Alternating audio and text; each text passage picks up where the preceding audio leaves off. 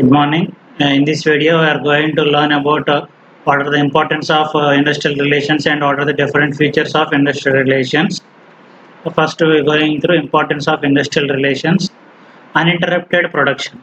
The most important benefit of industrial relation is that it ensures continuity of production. Ensures the continuity of production means how do you know that the organization is running through profits or not? How do you know means if there is a continuity in production, if there is no any breakdowns, if the employees were satisfied, if the employees are satisfied with the welfare activities or welfare facilities, or the policies, rules and regulations, what are the conditions at the working place, how the environment is there. If they are all satisfied with the culture of the organization, automatically employee shows loyalty towards the development of the company. How do you say in manufacturing unit the company is going to develop? In manufacturing unit, you will be knowing through production process.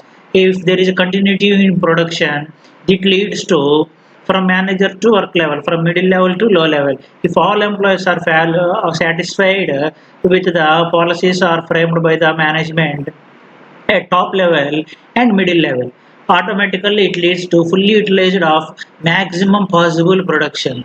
So human resource means to utilize human resources at maximum level. How to use human resources maximum level? It doesn't mean that if you say employee, you need to provide or work for more hours. It doesn't mean that like that. It doesn't act also like that. If there is an uninterrupted flow of income for all, uninterrupted flow of income for all means from manager to workers, there should be uninterrupted production flow. Uninterrupted production flow means automatically the economic conditions of the employees also will increase. This leads to smooth running of an industry. Again, it plays an important role. It plays an important role for several other industries also.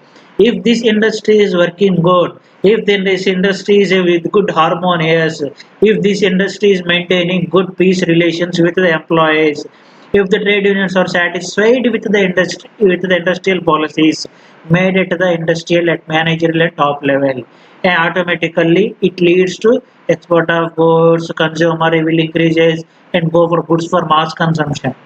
And next, reduction in industrial disputes. Industrial dispute. The most important aspect of industrial relations is dispute resolution. How do you resolve a dispute happening between an employee or a dispute happening that between employer and employee? Or it might be, for example, if there is a dispute happened between employee and employee, the supervisor will be there. He will be taking care of necessary actions to satisfy the both parties. If there is a dispute among the employer and employee, again the air officer will come into action and he will take necessary actions which are required from the both parties and adequate. Again, they need to motivate by themselves. If automatically again they going we sit on the negotiation table, they will be coming to a common agreement, and automatically when the common agreement means sometimes both parties will win-win, sometimes both parties will lose. So the negotiation process goes on. To resolve the dispute doesn't happen in one day or one day. A dispute arises for a period of time. Period of time means if I am not satisfied with the work today, it doesn't mean that I have been a dissatisfaction towards the company. A dispute that happens between the workers and the workers, or a dispute that happens or that arises between the employer and employee. Employer and employee means the dispute might be of in any form. A dispute might be related to strike, a dispute may be related to salary, a dispute may be related to compensation, a dispute may be related to bonus, a dispute may be related to incentives, a dispute related to other factors which are related to in the working environment. So it does not lead to the strikes and lockouts. Automatically, when there is a strikes and lockout from the both parties, there is an industrial unrest. When there is an industrial unrest, automatically the atmosphere of the company will be changing. When the atmosphere has been changed, there is no harmonious relations among the employees. When there is no harmonious relations among the employees in between the two parties, who are two parties here? The two parties here are the employer and employee. So if there is no industrial base, it doesn't help proper productivity or doesn't lead to industrial peace among the industries. So to maintain industrial peace and harmonious relation among the employees, You need to resolve the dispute as early as possible. And again, it doesn't mean that resolving the dispute as early as possible. It is your duty as employer not to make a dispute. You should not erase made disputes. Wherever the disputes are going on, you need to identify it in advance and need to take necessary action. Then it helps to cooperation and increasing in production. Next, mental revolution. Mental revolution means the main objective of industrial relation is complete mental revolution of workers and employees. So already we all know no employee is same in any department. Employee differ from person to person. The perceptions will differ, their attitudes will differ. I might be satisfied at I might be satisfied at salary. Someone may satisfied with other facilities, other factor. Some might be satisfied with monetary benefit. Some employee may satisfied with non-monetary benefit. Some employee may satisfied with promotion. So there are different factors of satisfaction of individual employee. It doesn't mean that all the employees will get satisfaction at certain factor. The factors will differ from person to person. So ultimately, the industrial peace lies ultimately between both the parties, not the one party. Again, what are the leadership leadership they have been following, how the management is treating the workers, ranks of the workers, employees, and government relationship, and the spirit of true democracy when there should not no hidden agenda from the both parties or the third party we call it as a government themselves. The industry or certain partnership should be recognized. If it is not recognized properly by the employer, automatically the revolution will be arises. It is important to eradicate and solve the mental revolution in the minds of the employees and the workers. If they are not mentally if they are not mentally ready to work for the development of the company, basing on the different factors which has been happening in behind their minds or inside their minds, automatically there must be a unrest in the minds of employees. So it is your duty as a manager or it is your duty as employer to recognize the employer's authority and it actually impact on the production. So how do you know that the company is working better? You will be knowing the company working better means when there are proper relations among the both parties.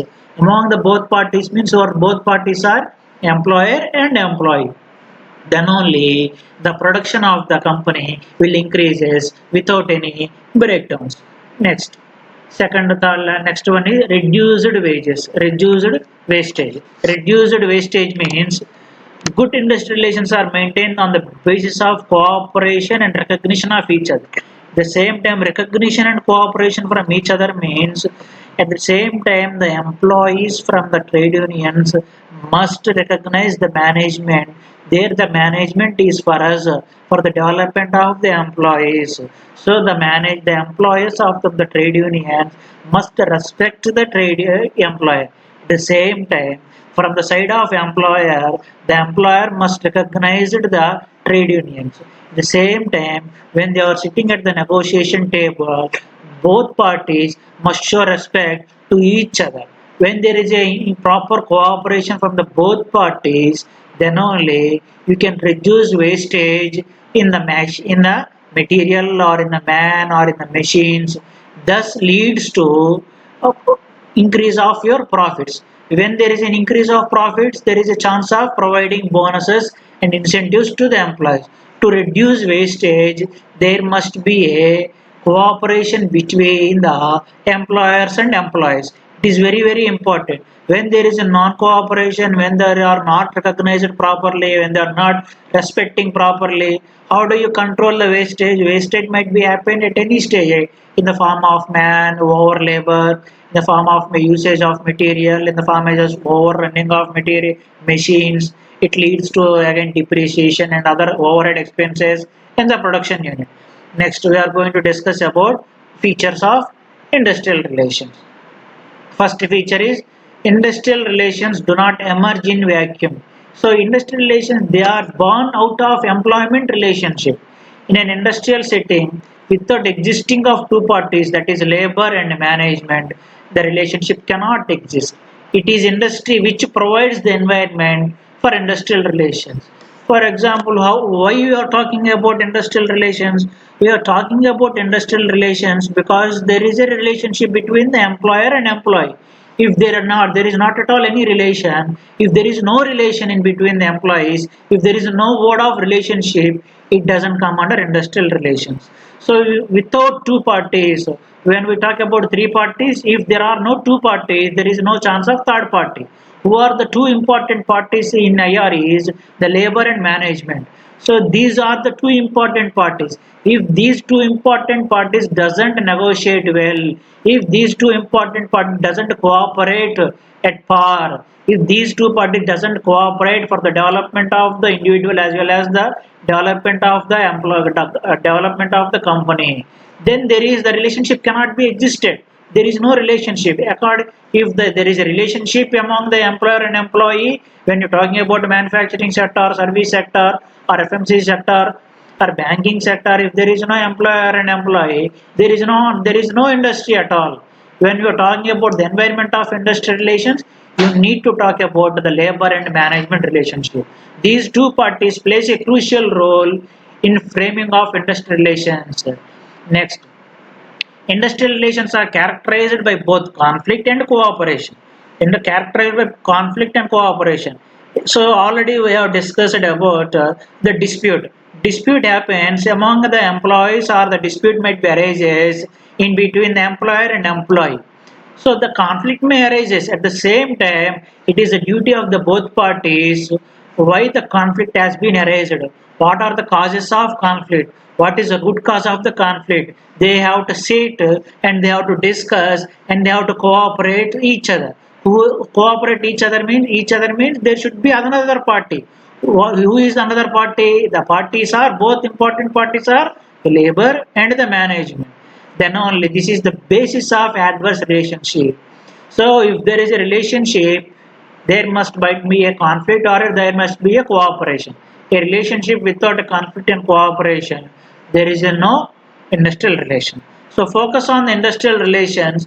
It is on the study of attitudes, relationship, practices, procedures developed by the contending parties to resolve or at least minimize the conflict. This is what we have been saying so far.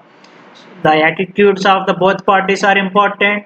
The relationship, it might be related to conflict or it might be related to a cooperation. The same time, what are the practices, what are the missionaries, what are the bodies you have been involving in solving the disputes among the both parties. And you need to, whatever the practice you introduce, whatever the new procedure you adopt, what are the new method you have implemented, how far you have been satisfied, how far you have been pursued, all the things about the issues are, it is important to minimize the conflict.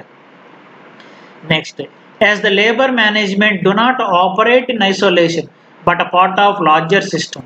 So the study of industrial relations also include vital environment issues like technology of the work, place, country, socio-economic, political environment, nations, labor policy, attitude of trade unions, workers and employees, and impact of new way of global market, global supply demand and economy. See, this point explains a lot about the different features of industrial relations. So, industrial relations is not only meant for certain place. So, industrial relations affects on different factors. So, if I do business for a profits, doesn't mean that I will be using the same technology for a period of time. According to the marketing conditions, according to the competitive conditions, competitive aspects in the market, it might be a global market, it might be a national market, it might be a local market. The market might be any type of market. It affects the technology. When it is affecting the technology, it is going to affect your work. If it is going to affect your work, it is going to affect your employees also, because they need to train at par with the technology which is adopting in the market, which is new in the market. At the same time, when there is a change in political party, there might be a change in rules and regulations of certain laws. There are some political parties which support the trade unions. There are some political parties which finances the trade unions. There are so many trade unions supports the local regional political parties as well as national political parties. The attitude of the trade union also important. Sometimes the attitude of the trade union matters a lot. How it matters a lot means, if a trade union is if the trade union is following under the rules and regulations of a political party, the philosophy of the political party will resemblance in the form of trade unions. Because if the trade unions were resemblance in the trade unions means, if the trade unions is acting according to the agenda of the political parties, automatically it leads to unrest, it leads to strikes, it leads to stockouts, it leads to a lot of chaos in the industry. Again, it creates unrest in the industry. At the same time, when there is an MNC companies, where there is a TNC's companies and national companies, there is a lot of market has been developing so far overall the globe. So you need to act. Sometimes you might be having a company in foreign land, according to their policies and regulations, according to their traditions, according to their cultures. You need to take care of your employees' perceptions and attitudes. Automatically, it involves a lot of change. It involves a lot of investment. It involves a lot of research. How do you manage? Again, it leads to supply demand and the changes of economy of the country also. The next and last most important of features of industrial relations is, industrial relations also involve steady and conditions conducive to the labor, the management cooperation as well as the practices and produce required to elicit a desired cooperation from the both parties. You might be have been learned about different importance of industrial relations, what are the scope of industrial relations, concept of industrial relations, or the different features of industrial relations. You might be discussing any topic related to IR.